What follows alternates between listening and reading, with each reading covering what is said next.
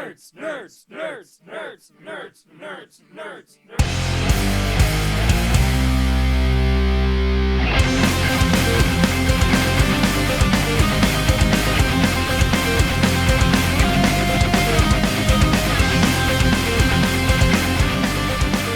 What's up, everybody? Nerd Initiative family, Daredevil friends, the moment you've all waited for. Maybe some of you, maybe more some than others. The Daredevil in Cell Block D. We are going to wrap up this fun little collection of comic books with issues 85 to 87 today, and things get really intense right off the bat. So if you could do us a favor, go ahead and like, subscribe, all of that stuff. Hit the notification button here on YouTube.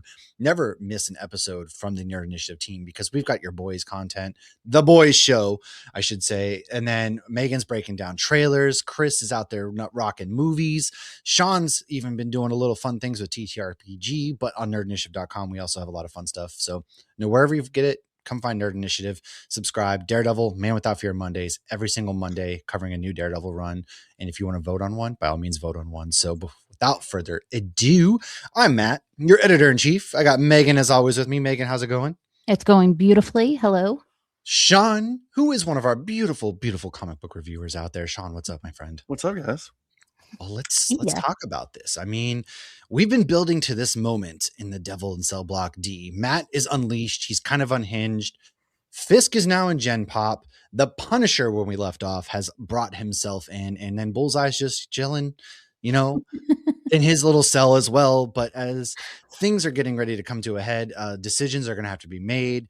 And, you know, we kind of just come to this boiling point. So what are your guys' initial reactions, Sean, starting with you, of how these final 3 issues of Devil in Cell Block D go?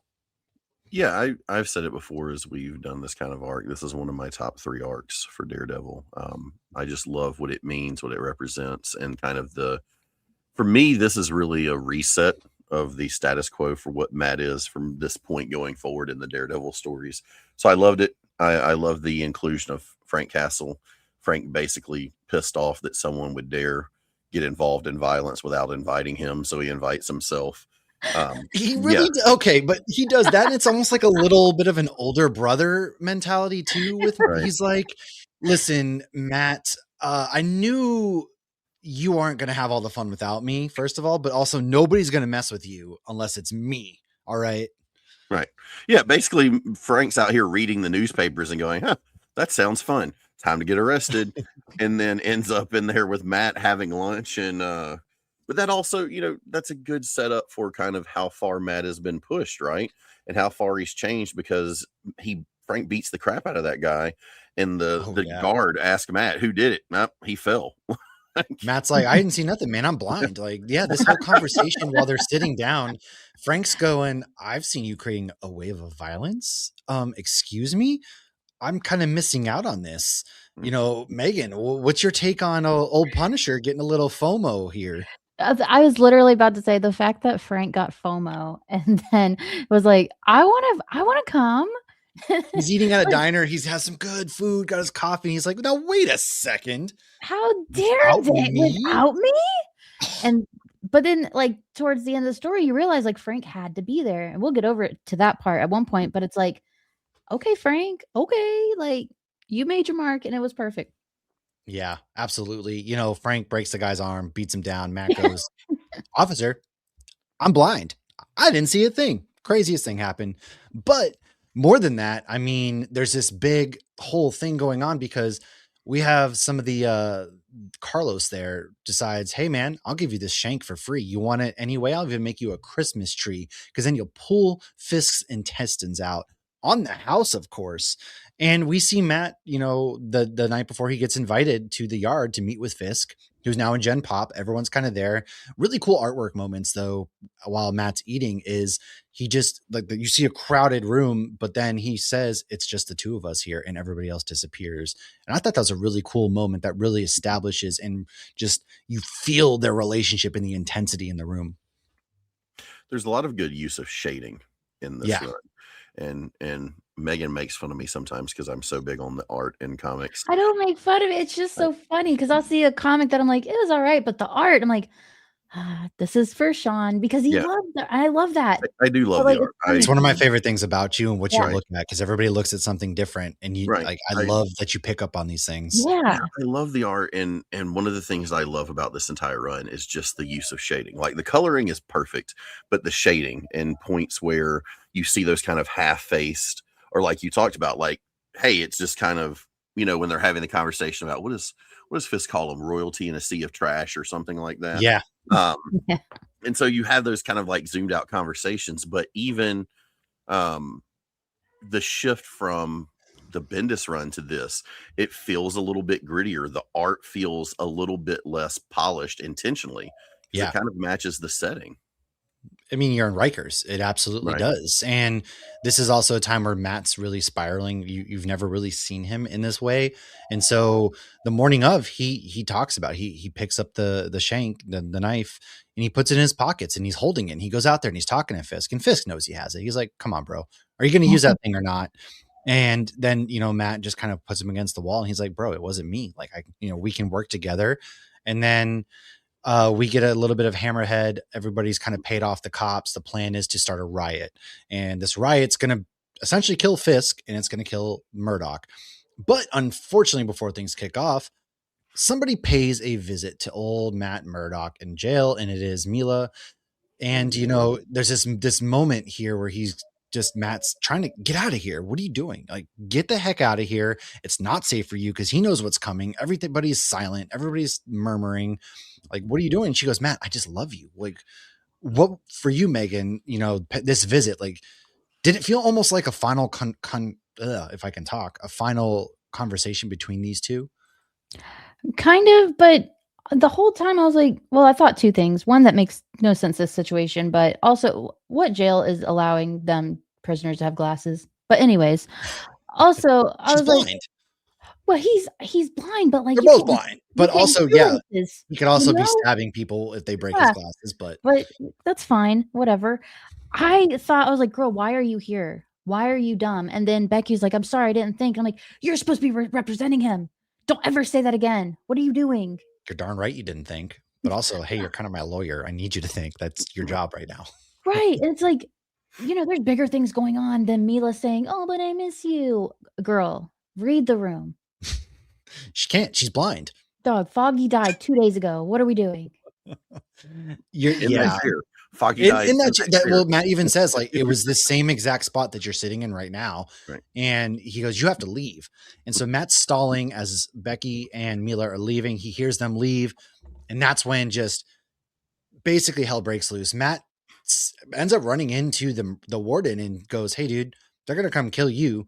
And then they're going to kill me and everybody else. And there's going to be a riot. So I just took out, this guy for you. That's when the warden trusts him. The warden goes into safety. And now here we are. Epic action. We're getting Fisk beating down people left and right after talking to Turk, he's like, hey, take these cards and go do what must be done. And for a second there, I go, what do these cards have to do with it? Was he calling Gambit? Hey, Gambit, your boy Fisk. Like, I wasn't even thinking. What were you guys thinking when he goes, hey, Turk, take these cards. You know what you got to do. Like, what was that about? I said he's going to find Bullseye. That was, yeah, I completely forgot, because Bullseye. I immediately had the Gambit thought too, and I was like, wait, Gambit's not in this. It's got to be Bullseye. Mon ami, I thought you'd never call. Well, and he did the cards. Bullseye, I forgot Bullseye was in the situation completely. And I was like, I did too. I was like, Fisk, it's one of those things where you kind of just like move past it. Like, all right, Fisk, you're being weird. Whatever. What happens next? Turk played his cards right. Maybe. Yeah. I'm the Turk playing his card thing is great. One of the things that I really like about this run too is you get little like panels or like series of panels that really kind of show you who characters are that you don't necessarily think about a lot. So I told you guys earlier, I love when Ben Ulrich trashes J. Jonah Jameson. Oh, yeah. I couldn't find that panel. That made me literally audibly laugh out loud, because Jonah Jameson asked, like, do I look stupid to you? And he says, well, the mustache isn't helping. Like, anytime somebody dunks on Jay Jonah, it's hilarious. But also in this, right before we get the message for Turk to take these cards, Wilson is shuffling the cards and he says, I think and you do. And that's why you're not at the bottom of the ocean. And so just that one panel is a really good glimpse into the power that Fisk has without it having to be this big drawn out thing. Yeah, it's simple words, and also it shows like what Turk means. He's not just some guy. He actually has a role to play, and he's relatively trustworthy. And even when, first of all, I love the whole Ben Urich, J. Jonah Jameson bit, because Jonah or Urich basically goes, "This is coming from the guy who also trashed the Avengers for letting Spider-Man on the team. Are you sure?" And Jonah is basically, "Hey man, shut up. Get out of here. All right, page 4, take it or leave it. Get out of here." And, you know, him and Dakota are trying to figure out who this mystery lawyer is. And then we do roll into the fact that now Fisk is fighting. Turk's getting Matt, and he goes, "Oh, Turk, you're back to your old ways, huh?" And Turk goes, "I guess so, man. Like, whatever."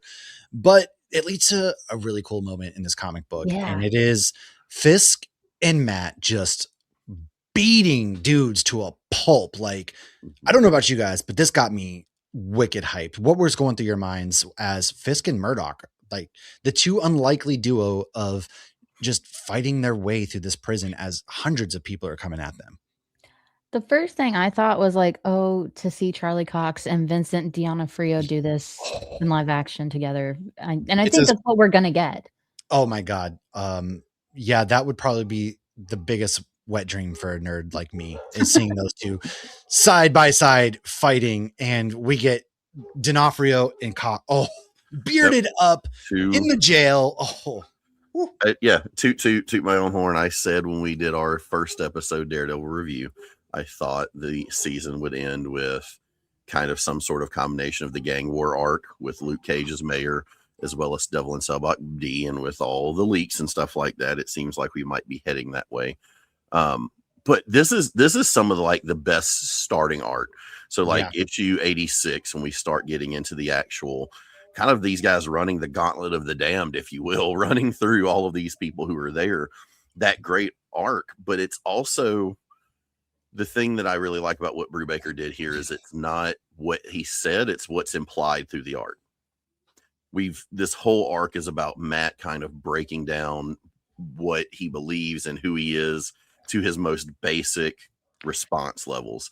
And what ends up happening is he finds himself back to back with his most hated villain. The person that up until, and maybe even still, at this point, he's had the conversation with Fisk. Fisk said, "I didn't kill Foggy." Matt probably does not believe him, but he finds himself at such a low point. He's back to back with the dude that he probably still thinks is responsible for killing his best friend. It's kind of that, weird bed partners thing. You don't want to work with him, but that's really your only option at this point. And what's really interesting about this is Bullseye does get let loose. And so now we see Bullseye come into the fold. He's throwing the cards, like, oh, duh, the cards. And, he picks up the shotgun. He's like, "Hey, thanks for leaving some in there for me. I was just about to be out of cards." And so Bullseye's just like, "Look, no eyes," blasting his way through. But what's very interesting about this whole entire sequence is Matt is willing to fight with Fisk, but he draws the line at fighting with Bullseye and letting Bullseye go. Fisk, he's like, "Great, we can get out of here." But that guy is not going anywhere. And that's where he draws the line. And so it is interesting. He's got his two biggest nemesis in comics in his entire history here, and he's fighting with one, but draws the line with the other. Which, Megan, what are you thinking? Well, Bullseye, you have to think Fisk is going to get out no matter what. It's a matter of time. Bullseye, he's probably going to get out, probably. But who is the biggest threat to the public? It's Bullseye. Yeah. Dude can't even be in a room by himself without being a problem. There's a reason why he was strapped down. Yeah, 100%. And he looked terrifying. Well, it's the devil versus the devil you don't, right? You know what you're getting with Wilson Fisk. Bullseye's a wild card. Well, and this whole arc, he's got the cards. Gamut's just somewhere punching air. That's my shit. Like, where's my deck? Right. But I think that's so neat though, that even within, and this is, I come from the criminal justice background, and so I always tell my students the neat thing is that prison is a place where people are put for violating the social norms of society. Yet there are still a hierarchy and standards in prison. Like, you create a list of who is the worst person in prison, even though you're all terrible. You're here for a reason. And I think it's so funny that falls into this story because Matt hates both of these guys, but he's still willing to go a little bit further to work with Fisk than he is Bullseye. Well, I think too, Fisk has that line, right? At the end of the day, he kind of is a man of his word. And there is some sort of respect there with Fisk, whereas Bullseye, like you said, absolute wild card. He has no allegiance. He's not going to be a man of his word, his bond. He's going to be just off the rails, everything of that nature. Whereas Fisk, you can kind of, what you're getting with Fisk. You don't know what you're getting with Bullseye. And also Bullseye killed the love of his life. Right. So, well, it's to put it in like Dungeons and Dragons terms, it is lawful evil versus chaotic neutral. Like, yes, absolutely, Fisk is an evil person, but he still has standards. He still has some sort of moral code, right? Even though it's not necessarily what society would say is a normal moral code. Whereas Bullseye is just chaos for the highest bidder. 100%. Yeah. And this leads to, Fisk getting shot in the leg because Matt goes, man, screw you, bud. At the end of the day, I'm done working with everybody here. Bullseye shoots him. Matt gets the gun and he rolls up on Frank and he's just like, hey, Frank, you just hanging out here reading? Like, you just got a couple guys. And then you get this beautiful moment where it's, I thought you would never ask. Frank's just chilling, waiting for this.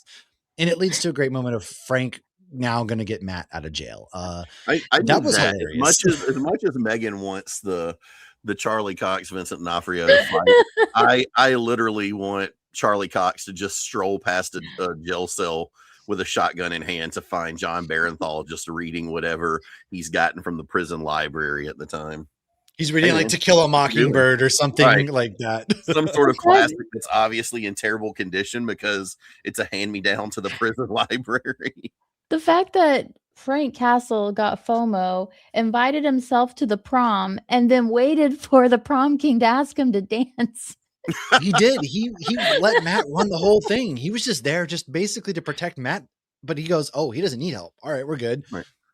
But it really is because Megan's right. It's really FOMO because Frank just didn't want to miss out. He didn't even necessarily want to participate. He just wanted a front row seat. I think, and also he knows that he can help more than anyone else in that jail, which he does do, right? Because he breaks them out and they get in a helicopter together, and Frank commandeers this whole thing, which is crazy because it does lead to Daredevil not being a wanted man. Well, Daredevil, but Matt Murdock not being a wanted man. And the fact that Frank used what they keep saying is like this poor defenseless blind man as a human shield. Of course he's not Daredevil. He's just a sad blind man. They're like, he's not guilty. He's fine, even though he broke out of prison. Well, and the warden covers and flips on the FBI too, which kind of really puts his own life at risk, which I thought was mighty interesting compared to the beginning when he goes, listen, I don't care who you are. You're in here. You're Daredevil. We all know it. It doesn't matter. But now the warden does know he's Daredevil, and he knows he's out. Yeah, and he also the tapes mysteriously disappeared. All we see, no tapes of Murdock in the fight. All we see is Frank holding a poor defensive blind man hostage and getting out. And then beautiful where, Frank even goes, hey, you need to remember you're better than me, essentially. Like that's you need to remember who you are at the end of the day. And I thought that was beautiful too. I think that's one of the more beautiful things that happens in this because, again, I can talk all day about how much I love this arc. It is one of my top 3 along with Man Without Fear and Born Again.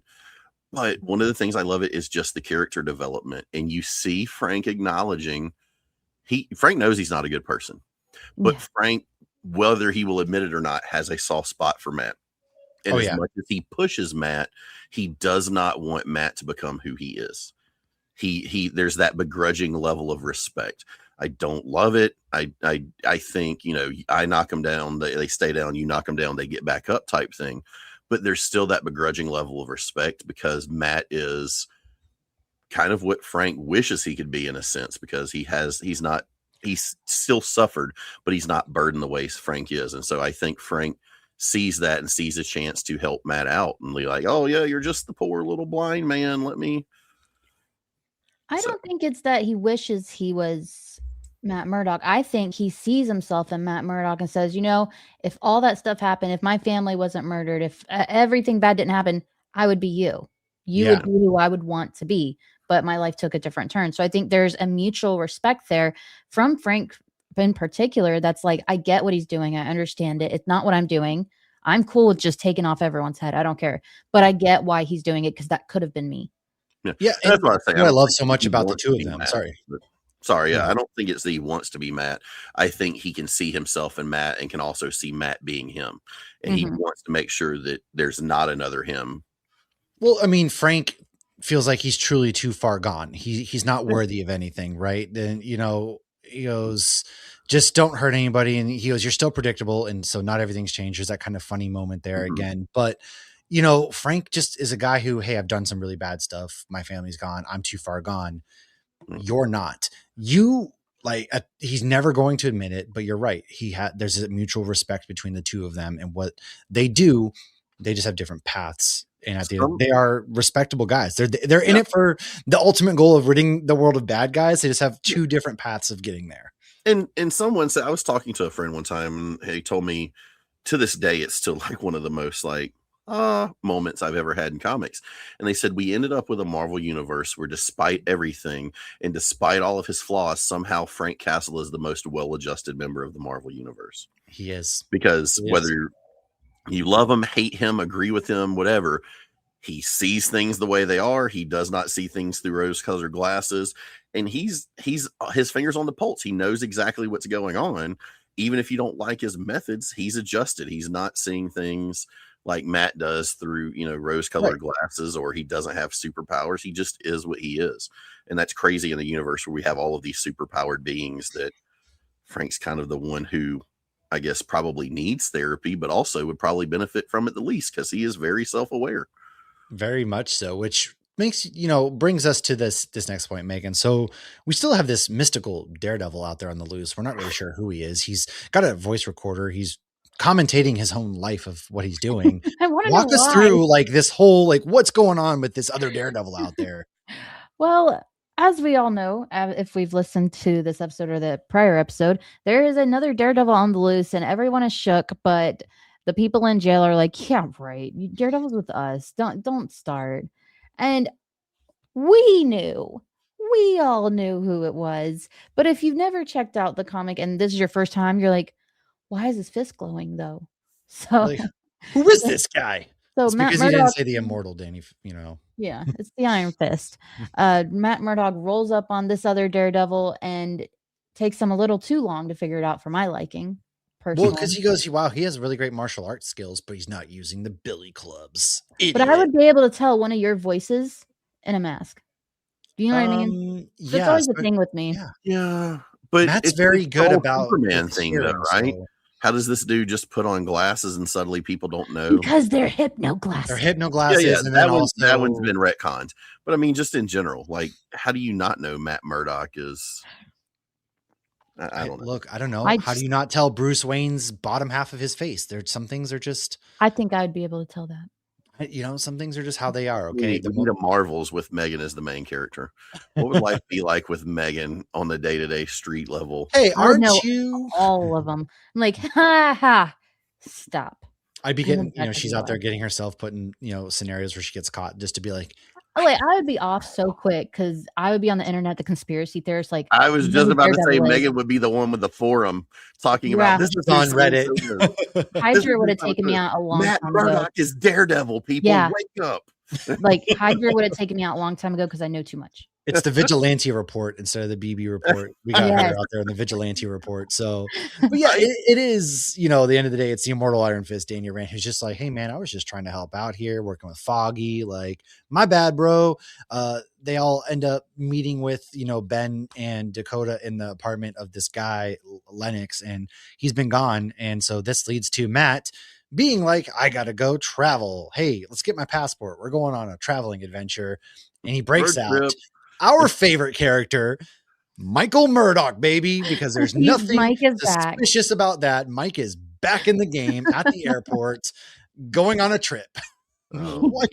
The backbone that carries the society is Mike Murdock.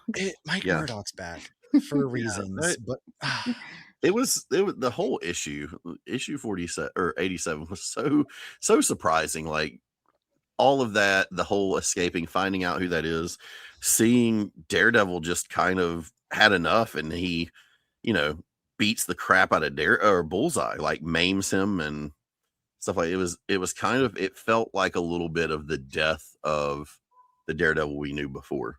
And so this journey, this trip feels like almost like a new beginning. And like I said, I feel like this arc really changes a little bit of, if Matt has been 50-50 on like justice versus vigilantism, I feel like this shifts the rest of the arc going forward. And so even today in Daredevil, we see that he's a little bit further 60-40 than we are 50-50 the whole time. Also, like, we didn't even talk about how it ended. Like, I was just going to get there. Speaking of surprises, take it away, Matt. No, by all means, I would love for you to talk about the big surprise. I will do it. So this whole time, Daredevil is seething in rage and anger because he heard his best friend die.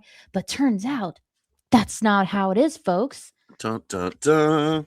Foggy is alive, and that leads us into the secret life of Foggy Nelson. If you want us to cover that issue, let us know in the comments. Good Lord, Foggy. First of all, Foggy grows a very ugly mustache, and it's like, ew, Foggy. Where has Ben Ulrich when you need him to dunk on a mustache? Yes.